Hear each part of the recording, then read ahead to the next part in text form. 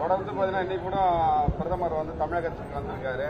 அவருடைய எதுக்காக அவர் வந்திருக்காரு? தமிழகத்துக்கு வந்து இப்ப வெள்ளம் வந்துச்சு, புயல் அடிச்சிச்சு, அழிஞ்சிச்சு, தூத்துக்குடி அழிஞ்சிச்சு, மெட்ராஸ் அழிஞ்சிச்சு. அதை பார்க்க வராத பிரதமர் ஓட்டுக்காக வந்திருக்காரு. அவ்வளவுதான். ஓட்டு வாங்கணும் ஜனங்கிட்ட, எதாவது ஏமாத்தி காசை கொடுத்து. இப்ப பாத்தீங்களா பத்திரம் கிட்டத்தட்ட 1 லட்சம் கோடி கிட்டத்தட்ட வாங்கியிருக்காங்க. பிஜேபியில் நிதி வாங்கியிருக்காங்க. இப்போ வந்து 14 லட்சம் கோடி தள்ளுபடிங்கிறாங்க கார்பரேட் கம்பெனிக்கு. 14 லட்சம் கோடி 30% வந்தால் எவ்வளோ? 4.5 லட்சம் கோடிக்கு மேலே வந்திருக்கு அவங்களுக்கு. அதனால் காசை கொடுத்து ஓட்டு வாங்கலாம், மிஷினை கோளாறு பண்ணி ஓட்டு வாங்கலாம். அந்த ஓட்டிங் மிஷினில் கோளாறு பண்ணுறதுக்காக இருக்காங்க, பண்ணலாம் நம்பிக்கையில் இருக்காங்க. நாங்கள்லாம் விவசாயம்லாம் இப்போ டெல்லிக்கு மறுபடியும் போகிறோம். அங்கே போய் இந்தியாவில் இருக்க எல்லா விவசாயம் திரட்ட போகிறோம். யாருக்கு வேணாலும் ஓட்டுவோம், மோடிக்கு போடாதீங்க, அவர் ஏமாத்துறாரு எல்லாத்தையும் அப்படின்னு சொல்லி விவசாயிகளை திரட்டி ஒரு 20% விவசாயி ஓட்டு போடாமலே வந்தால் போதும். அது போய் பண்ண போகிறோம் டெல்லியில். இப்போ டிக்கெட்டு கேட்டிருக்கோம் ரயில்வேல. அது இல்லாமல் வந்து இப்போ எலெக்ஷனே அனௌன்ஸ் பண்ணால் கூட போய் டெல்லியில் படுத்துக்க போகிறோம். எங்க இங்க பாருங்க, ஒரே ஒரு ஐயா கிட்ட சொல்றேன், என் கரும்பு வந்து 90 ரூபா விற்கும் போது வாத்தியாருக்கு 90 ரூபா சம்பளம். இன்னைக்கு அந்த வாத்தியாருக்கு 1 லட்ச ரூபா சம்பளம் வாங்குறாரு.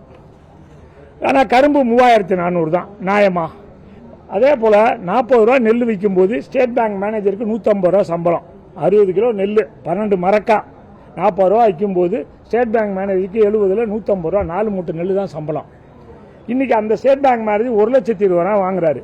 என் நெல் 40 ரூபா வித்த நெல் இன்னைக்கு 1200 ரூபா, 4800 ரூபா கொடுத்தா வாங்கிக்குவாராம ஸ்டேட் பேங்க் மேனேஜர். 1,10,000 இப்போ போராட்டம் நடத்துறாங்க. 10 இப்போ போராட்டம் நடத்துறாங்க. நடத்திட்டோம். அரசு ஊழியர்லாம் எங்க அண்ணன் தம்பி மாமைய மச்சனே அக்கா தங்கச்சி தான். அவங்களுக்கு 100 ரூபா கொடுத்தா எங்களுக்கு ஒரு 10 ரூபா கொடுன்னு மோடியை கேட்கிறோம், கெஞ்சிரும், காலை பிடிச்சி கெஞ்சாத குறையா கேட்கிறோம். ஆனால் 2 ரூபா 3 ரூபாய்க்குமே தரமாட்டேங்கிறாரு. ஏன்னா எங்களுக்கு இன்னும் சுதந்திரம் கிடைக்கவில்லை. சுதந்திர இந்தியாவில் பிரிட்டிஷ் ஆட்சியில் 47 கொடுத்துட்டு போனாங்களே, அதுக்கப்புறம் 70 வரலையும் கொஞ்சம் ஓடிக்கிட்டு இருந்துச்சு. 70க்கு அப்புறம் இப்போ எங்களுக்கு சுதந்திரமே இல்லாமல் போயிடுச்சு. மோடிக்கு வாக்களிக்க வேணாம்னு சொல்லிட்டு பிரச்சாரம் மேற்கொள்வீங்களா? ஆமா, அதான் டெல்லிக்கு போறோம். இந்தியாவில் இருக்க எல்லா விவசாய சங்கங்களையும் கூட்டி வச்சு டெல்லியில பேச போறோம். அந்தந்த மாநிலத்தில் போய் போடாதீங்க, ஓட்டு போடாதீங்க, நமக்கு லாபகரமான விலை தரேன்னாரு சொன்னார்ல.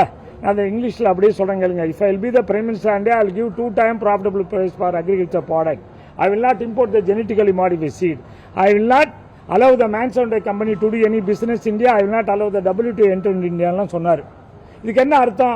2 மடங்கு லாபம் தரும் விலையை தரேன், மரபணு மாற்றப்பட்ட விதை இறக்குமதி பண்ண மாட்டேன்னாரு. இப்ப 10 வருஷமா பாருங்க, எங்கேயாவது குடும்ப கட்டுப்பாடு பிரச்சாரம் நடக்குதா? முதல்ல நாம் இருவர் நமக்கு இருவர், இப்ப ஏன் நடத்த மாட்டேங்கிறாரு?